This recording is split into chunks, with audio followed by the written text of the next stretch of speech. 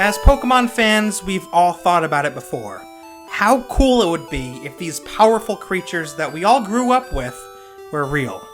Imagine taking a shortcut through the woods one day after school and seeing a Scyther sleeping under a tree, or swimming in a lake at summer camp, and spotting a Gyarados breaching off in the distance.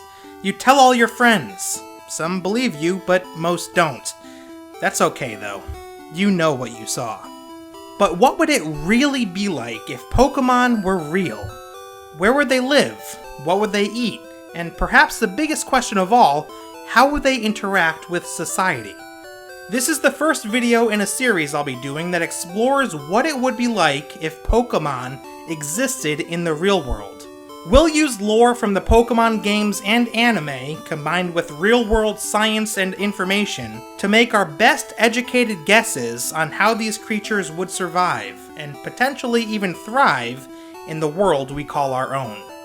We'll kick off this series by focusing on one of my favorite Pokemon, which also happens to be the first one listed in the Pokédex.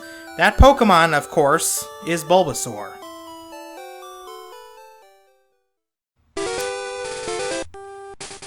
Okay, first things first. Let's clearly define what exactly Bulbasaur is. According to Ken Sugimori, who is credited for drawing and finalizing all of the 151 original Pokemon, Bulbasaur and its evolutions are based on frogs. Looking at some of the original artwork, the similarities are obvious. Bulbasaur has the same sort of body type, head shape, and holds its legs in a similar fashion. Before we continue, let me just make something clear. I'm not saying that Bulbasaur is a frog. I'm saying that it's frog-like. It's an entirely separate animal. Still, though, if we're going to be exploring how Bulbasaur would fit into our world, I think it's important to at least consider the roots of its design. So it's similar to a frog, but obviously it's much more than that, considering the large bulb it has growing out of its back. According to the Pokemon Gold Pokédex entry, the seed on its back is filled with nutrients, and grows steadily larger as its body grows. We also learn from the Silver and Crystal versions of the game that the seed is on Bulbasaur's back from birth, and that Bulbasaur actually takes in nutrients from the seed while it's young. Now that we've established that Bulbasaur is frog-like, and relies on its seed for nutrients while it's young, let's try to figure out where in the United States it would live. To me, there's one important factor that comes to mind here, and that's climate. Because Bulbasaur quite literally relies on a plant for its survival at birth, I think it's safe to assume that the Pokemon wouldn't be native to colder regions of the United States. Plummeting temperatures, or even just a harsh overnight frost, would likely be enough to kill the bulb on its back, and therefore cut off its nutrient supply. As such, I think we can safely say that Bulbasaur would probably only be found in the South. States like South Carolina, Georgia, Alabama, Florida, Mississippi, Louisiana, and parts of Texas. According to my research, these states receive little to no snowfall, and also receive some of the most amounts of sunshine each year, which is obviously important for Bulbasaur and the health of the seed on its back. But we may be able to narrow it down even more than that. Given the fact that Bulbasaur is frog-like and plant-like, it would make sense that it would live in areas where frogs live and plants live. Logical, right? I'm thinking areas like forests, heavily wooded areas with lush plant life, likely not far from a water source at any given time. Let's take a look at a map of the United States and focus in on areas with a lot of forest cover, not far from fresh water sources.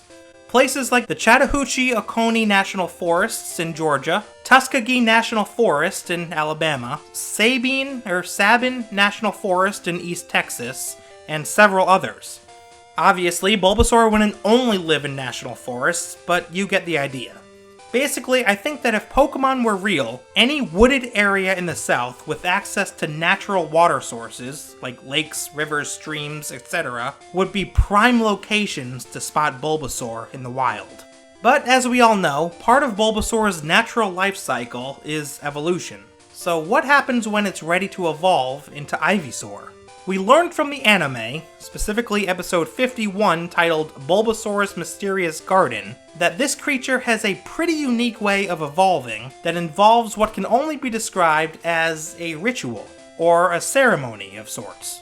In the episode, we see a bunch of Bulbasaur, including Ash's Bulbasaur, gather together in a clearing in the middle of the woods, only to be greeted by an enormous Venusaur.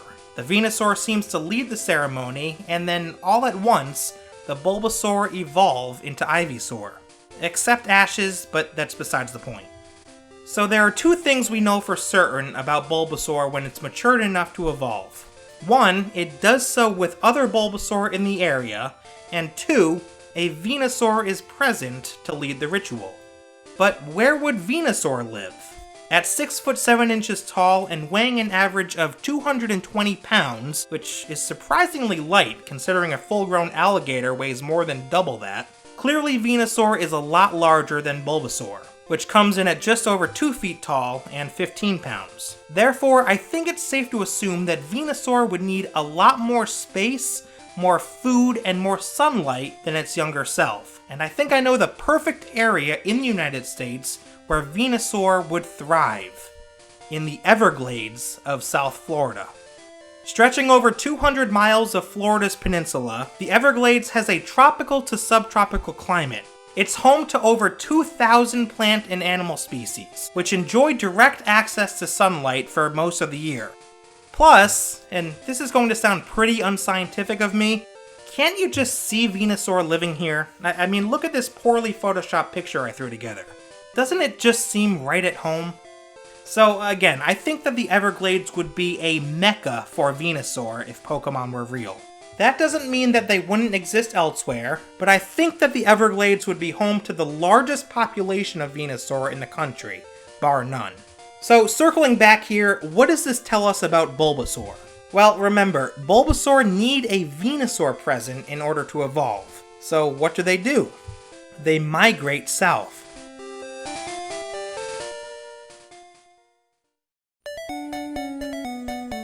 Once Bulbasaur has absorbed enough nutrients from the seed on its back and feels it is time to evolve, it gathers in large groups and travels as a pack from the forest in which it was born down to the Everglades. If we look at the forest map again, we can even establish a potential migration route for Bulbasaur, assuming that it would want to avoid heavily populated areas and travel through forests similar to where it was born. Along their journey, the Bulbasaurs would be exposed to plenty of Florida sunlight, just what they need to grow stronger and prepare themselves for evolution. Then, once they finally reach the Everglades, one of the region's many Venusaurs, potentially one of the oldest and most experienced, would carry out the evolution ceremony, and a new generation of Ivysaur would be born. From here, I think the newly evolved Ivysaur would do one of two things. Some would likely spread out and potentially find a new home in one of the many expansive forests in the south, and others would simply remain in the Everglades, where they would continue to grow and one day evolve into Venusaur. Those Venusaur would each host an evolution ceremony of their own one day, and so on and so forth. The cycle would continue.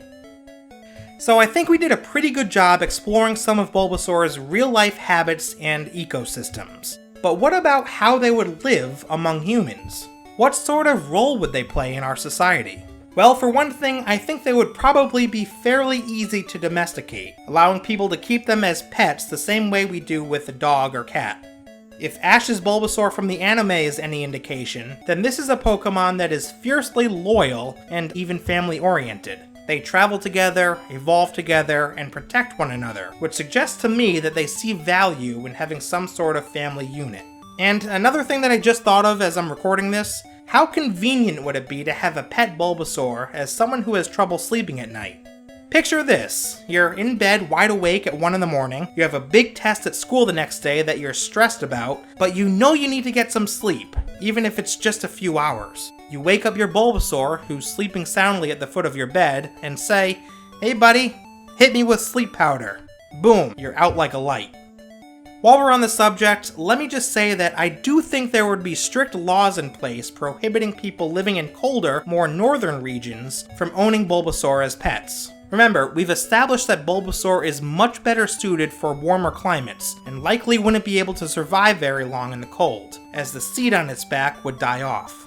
If you live in a state like Minnesota, Michigan, New York, or Connecticut where I live, owning a Bulbasaur would be a death sentence for the creature because there's no way it would make it through our long cold winters. Laws would definitely be put in place to make sure that didn't happen, and I presume animal rights groups would be all over the issue, as they should be.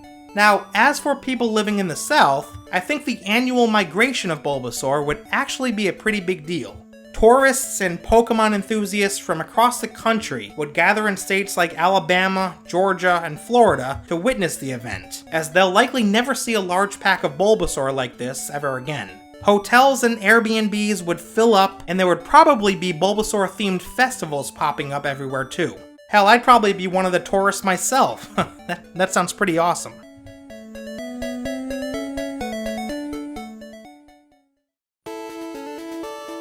So let's recap everything that we've established in this video by taking a look into the life of a hypothetical Bulbasaur named Tango. Tango lives in Angelina National Forest, which covers over 150,000 acres in East Texas, and lies in the Neches River Basin. Both of his parents, a 3-year-old Bulbasaur named Jack and a 2-year-old Bulbasaur named Kira, left yesterday to begin their 1,200-mile journey to the Florida Everglades, in hopes of eventually evolving into Ivysaur. This may sound cruel and neglectful, but Jack and Kira aren't worried about their newborn. Tango will receive all the nutrients he needs from the seed on its back, making finding food to eat a non-issue. Although Angelina National Forest is home to several predators, like Ekans and Arbok for example, Tango will be safe. He lives in a tight-knit community of Bulbasaur who look out for one another, so even if a threat did come along, the Bulbasaur would most likely be able to fend it off. By his second week of life, Tango is already out and about, roughhousing with the other young Bulbasaur, and occasionally being a little mischievous. He's made 2 friends so far, 3-week-old Star and 5-month-old Ranger. Being a bit older and slightly more mature, Ranger teaches Tango and Star how to find areas to bask in the sun, helping them to grow stronger and healthier. For the next 2 years, Tango remains in his home forest, growing more mature and developing important skills like Vine Whip, Razor Leaf, and Sleep Powder. He's also expanded his diet slightly to include berries and insects, although sunlight remains his primary source of nutrients. The bulb on his back has grown steadily these past couple of years, and Tango knows that this year will be the year he finally embarks on his journey to the Florida Everglades. But as it turned out, life had other plans for Tango. Just weeks before he was set to leave home for the very first time, Tango meets someone special. A female Bulbasaur named Daisy. Daisy is slightly younger than Tango, but the two quickly become inseparable. With a full heart, Tango tells his friends Star and Ranger to head south without him, as he wants to stay in the forest for 1 more year to focus on his newfound love. Months later, Tango and Daisy welcome a few young ones into the world. 2 girls named Lily and Rose, and a boy named Jasper. Tango takes it upon himself to teach his kids how to find places around the forest to bask in the sun, just as his friend Ranger did for him when he was young. They grow quickly, learning from their elders and making friends with other young Bulbasaur in the community. Before long, it's time again for the annual migration. Tango doesn't want to leave his family, but he knows it's long past his time to evolve. Being a bit younger, Daisy isn't ready to evolve yet, so she will stay back with Lily, Rose, and Jasper until she too is ready to make the journey. And so Tango sets out with hundreds of other Bulbasaur from across the forest, heading east towards Florida.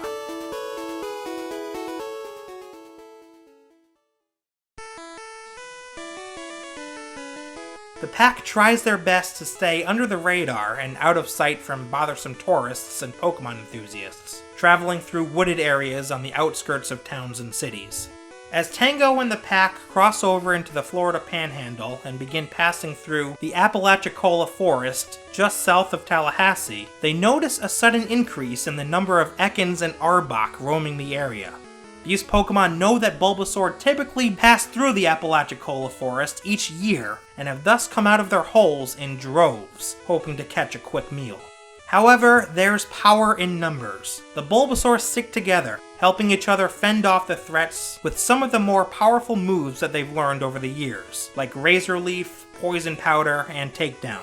There are a few casualties, sadly, as is the case every year, but the vast majority of Bulbasaur make it out just fine. As the pack heads further south into Florida, the sun gets stronger. and the bulb on Tango's back is ready to burst. It's been a long journey. He's tired, and not at all interested in the thousands of Florida tourists who visit the migration path in hopes of getting a picture or two. Months into their journey, the Bulbasaur finally smells something that tells them they're close to the finish line. The sweet smell of Venusaur. We know from Pokemon Crystal version that as Venusaur absorbs sunlight, its flower petals release a pleasant fragrance. This fragrance can be smelled from miles away thanks to the coastal breeze carrying it through the air. Tango and the others follow this scent down into the Everglades, and use it to ultimately track down a Venusaur, who will then carry out the evolution ceremony. But the Venusaur that the pack finds isn't just any Venusaur.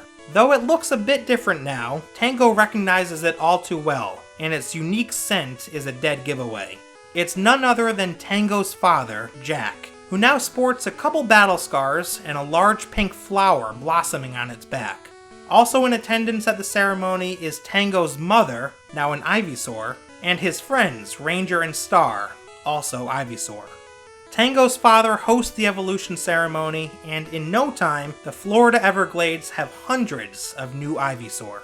Tango adapts quickly to his new home, absorbing more than enough sunlight each day, and even hunting small animals like frogs and fish for added nutrition. Over the following years, Tango is reunited with Daisy and his children, and the entire community lives out the remainder of their days right there in the Florida Everglades.